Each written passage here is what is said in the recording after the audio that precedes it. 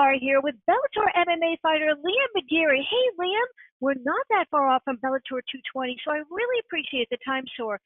You faced Phil before, but it's a different Phil. What are you doing differently to prepare for him this time, sir? It's a different Liam as well, so I've taken what I did before and just made it better, and added the key thing what I was missing, which was a wrestling base. So now I have the wrestling base, and I'm building on from that. Good for you. I have some photos of you on Instagram. You're up training with Tiki, amazing, amazing trainer. This is the first time you've decided to train with him. Why did you decide to go there? It was one of my managers was like, I've got some friends, and let me set you up with a fight camp. And I was like, okay, I'll give it another shot. And then I rocked up at HBUTC last fight camp in October, I believe it was. And it was the structure of the fight camp, the fight camp itself, the way the training went, everything about it, was I loved and I needed it. So it's now my home. Good for you. He's a terrific trainer. I met him with Rampage down here on a Bellator MMA event at NASCAR, and I really enjoyed him. He's a fighter's fighter, so good for you, sir. As far as legacy, is this fight more important to you, or is it business as usual? It is business as usual, but this fight is important. I've obviously got that tick against my name with Phil Davies with the green mark. So I obviously want to rectify that. So there's a little bit more of a personal feeling to it, but yeah, it's a fight. It's business. I'm going in there to do some work, and I'm well prepared and better prepared than what I was last time. So yeah, now I'm itching to get in there.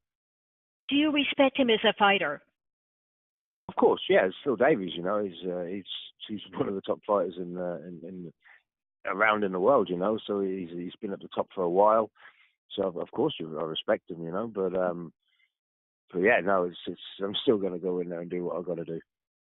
So, by the way, a great win over King Mo. He was a very tough guy. How satisfied were you with that fight, sir? Very satisfied. I put a lot of work in. That was the change around. I had to silence a few critics because King Mo's just going to be a wrestler. He's going to take him down. He's going to hold him down. He's going to do what he's going to do. But no, I needed to show people, and I needed to prove it for myself as well that the hard work that I put in for those 8-9 weeks. And I was ready and I was prepared, and then everybody was amazed at the way I came in looking.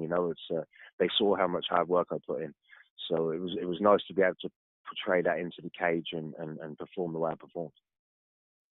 Good for you. I see you post some wonderful pictures about being a dad. I love the photos on IG, by the way. What's the best thing about being a dad to you, Liam? Just the unexpectedness, the craziness, just now watching something that you created grow, and certainly they do things which remind you of what you used to do when you was a kid, and yeah, it's just amazing, So a little human being, what you made, and you're now able to nurture and point them in the right direction, and just watch them explore when they do the things for the first time, and the look in their eyes, it's like. It's good. It's definitely a very nice feeling. Before we go today, Liam, is there anything else you want to add, please? Nothing really.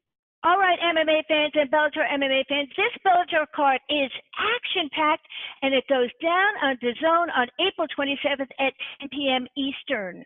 Good luck, Liam.